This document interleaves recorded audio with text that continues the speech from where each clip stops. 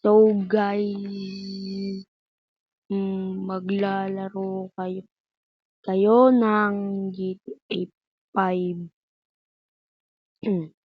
Magda-download lang kayo ng ito lang da-download nyo guys. Ito guys. Yan.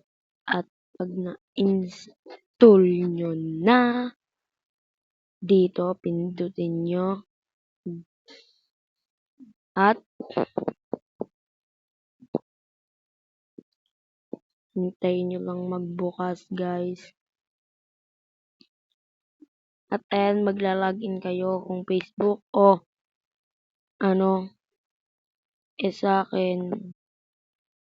So ngayon guys, na-login ko ng akin. At ayan, nakapasok na tayo.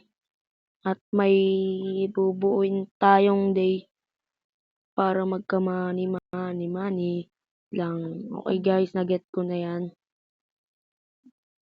Dito may mga task kayong gagawin para rumami ang points nyo para matagal kayo mag GTA 5. And guys, may 20 na ako. At ayan po yung mga task. Guys, magdodraw lang kayo dyan. Kaso may ads guys. Kaya mamaya na.